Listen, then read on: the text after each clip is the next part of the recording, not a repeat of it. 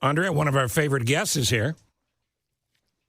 As I said, we're very proud of the fact that we represent for the Chicago Police Department. Yeah, we do. And cops and firemen everywhere. Absolutely, and it's perfect timing. Today is International Law Enforcement Day, or Peace Officers Day. So we recognize our men and women in law enforcement all across the country. Law Enforcement Week nationally, it was It was a state law enforcement last week. Commander Melinda Linas from the 14th District, formerly Commander in Constitutional Policing and Reform and Commander of the Community Safety Team. So you're a three-time commander. Yes, I am. Welcome back to the studio. Thanks for having me We again. love when you're here.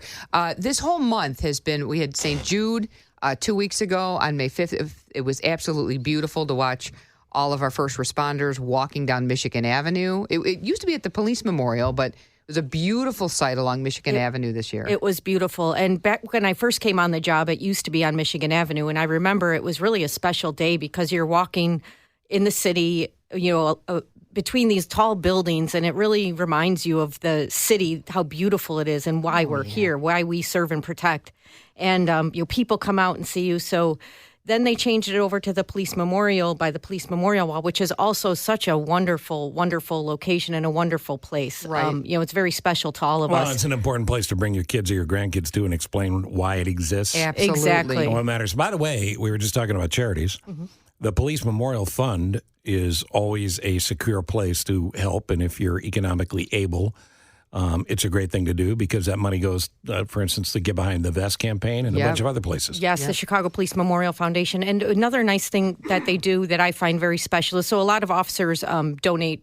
With every paycheck, we donate a portion of money. And when we do have an officer that passes away, not in the line of duty, the Police Memorial Foundation does issue a check to their family member, and that comes from the money that we, the fellow officers, invest in the. Well, it's Memorial good because you Foundation. guys are getting too rich anyway. Right. Most people become cops to get rich. Yeah, exactly. Sure. There's never been more stress on the rank and file in particular, and going into this summer, I'm sure you're worried about the men and women that work for you.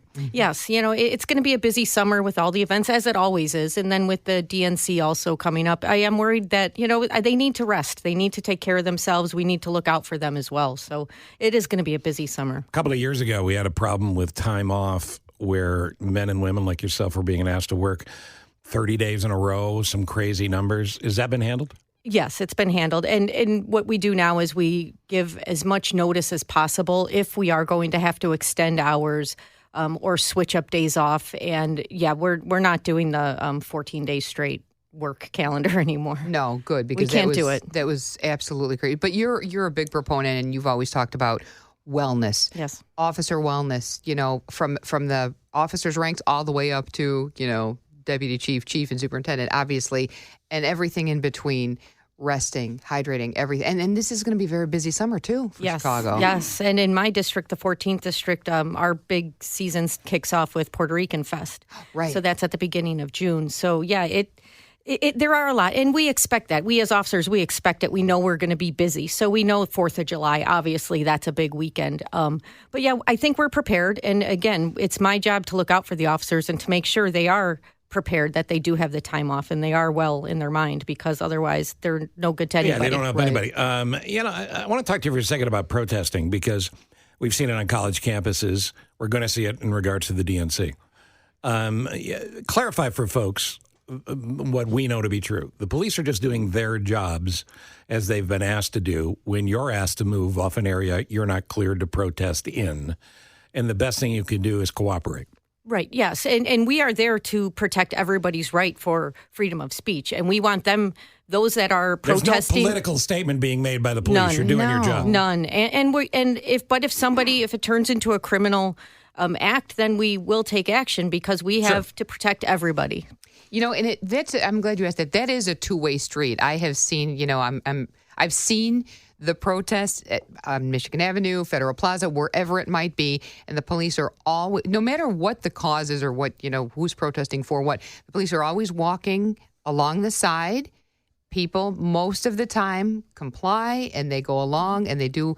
But if you do want to, I don't want to say protest, if you want to rally or whatnot, follow the law, follow the role of the police, because as Steve said, you're not taking sides. You're just trying to make sure that people who want to go to work and are trying to get into stores and go home are able to do so. Exactly, safely. And safety is our number one priority. And, the expectation of professionalism for our officers is very high. And I see it every day how they act so professionally. Completely. And, they're there to help. They're there to make sure everybody can do this safely. Yeah.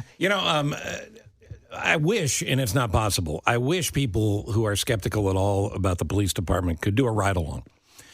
See what you cops as men and women stand down from. If you hear language from someone, you're not arresting them. I mean, things change depending on the situation. But you're not arresting someone for calling you names, for saying things about your mother. No. You get spit on. You have stuff thrown at you. In your people in your face. Yeah, and there's a basic dignity thing that cops have to be able to have the discipline to even set aside to be able to do a full shift. Again, I know the vast majority of people would never engage in that kind of behavior, but I want people to know that's what you're doing. Yes, there is some of that, unfortunately. And again, the professionalism of our officers and the discipline is there. However, we are human beings, and that's where we have to look out for one another. Our supervisors, it's on them to make sure that everybody's in a good headspace, because yes, it could get daunting when you have somebody in your face saying awful, awful things to you. And, we're only human. That's why today is a very important day. It's a very important week. We're going to talk about, too, some of the celebrations taking place. There was the one in Springfield last week, right? Yes, that was the Illinois Police Memorial. Yes. And that was on May 1st. I was down there for that, which was very nice. How was that? It was a very nice ceremony. And we added 2 more names to the wall, 2 officers that were killed last year, and that's Ariana Preston and Andres Vasquez Lasso. And we also honored Detective Todd Gillerlin, who passed away in 2020. So he was honored as well. It was such a nice ceremony. And it's really this whole month and this whole week, actually, this is Police Week out in D.C. It's just a real special time for us because although it is sad, it also brings us together and reminds us that we're part of something bigger. This isn't just a job. It's a calling, and we have such a strong brotherhood. And I always find, thank you for that. Absolutely, and I always find, too, the families all come together, even though they have lost a loved one, and push the message forward, and they continue to speak, like Ella French's mom and her former partner, too. Yes. Carlos, who does a lot of speaking, too. Yes, he does. And most recently, we lost Officer Huesca back in April. So it's very new for him and his family. But you see the fellow Gold Star families that have been dealing with this, like you're saying, there to support his family and, the Preston family and the Vasquez Lasso family. So it is. And again, that's one of those brotherhoods and clubs you never want to join, but it's so strong and powerful.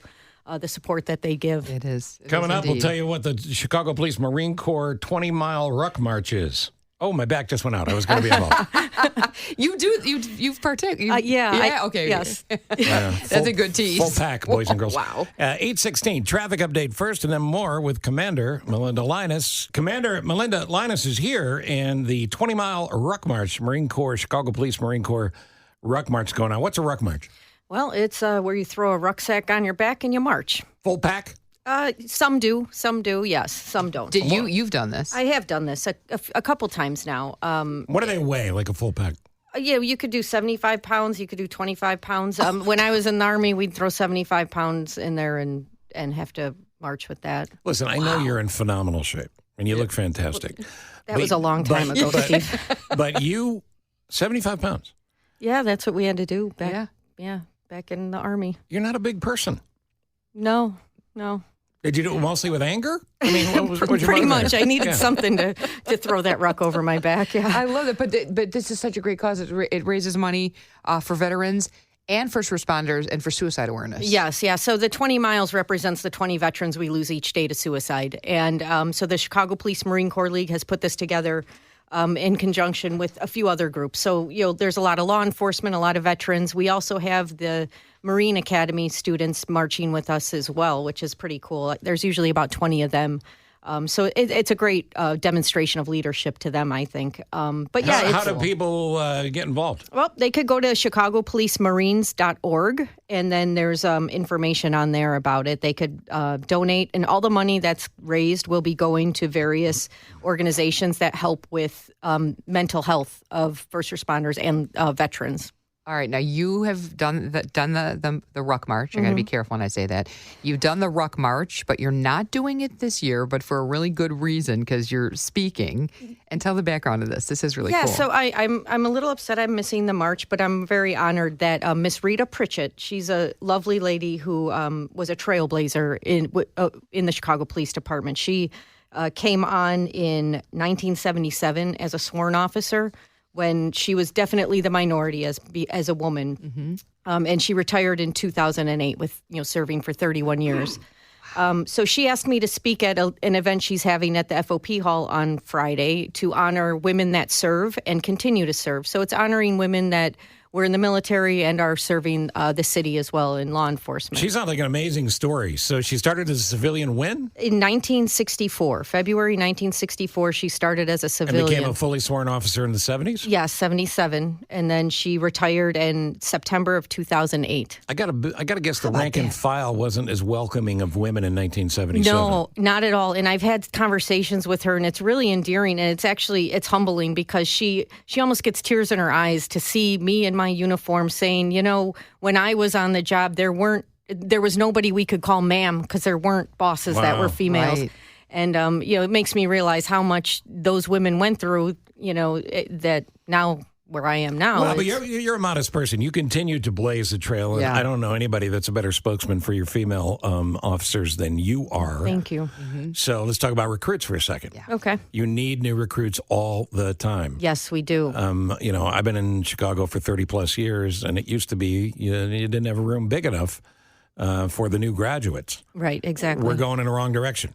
Yeah. And people are not jumping at the job. So what do we do? No, I like to get out there and talk to the people in the community because they get to know me personally and they realize how much in common they have with me and other officers. And I think that's one of the things that we need to do now is establish that common ground. And a lot of people have that drive to serve and they just don't know how or where, or they think, I don't want to be a police officer. But if they get to know us, if they ask us questions, they really learn what the job's about and how fulfilling it can be. What I thought was so cool, I was at the graduation ceremony last month. I saw you there, and it was really cool seeing all of the young, new recruits, a lot of young women, a lot of young minority, black men, women, et cetera. So well represented across the city. And what I thought was really cool is how you had a recruit give the keynote speech. Or is it a PPO?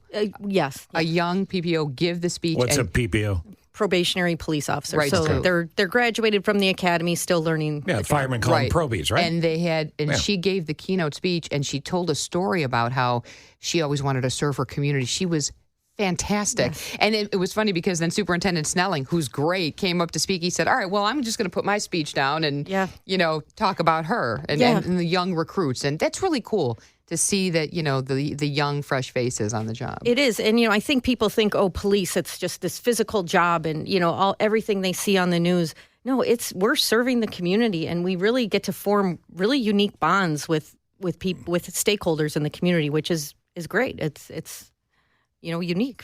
And the toughest neighborhoods in the city are the ones that have the greatest appreciation for the police because the toughest neighborhoods need them at a level that we don't understand because we're lucky enough not to be there. So supporting police wherever you are. And, when people come up and say, thanks for your service, there's nothing wrong with that, right? No, that's great. It feels good to hear that. You get that still, right? Yes. A lot. Yes. Good.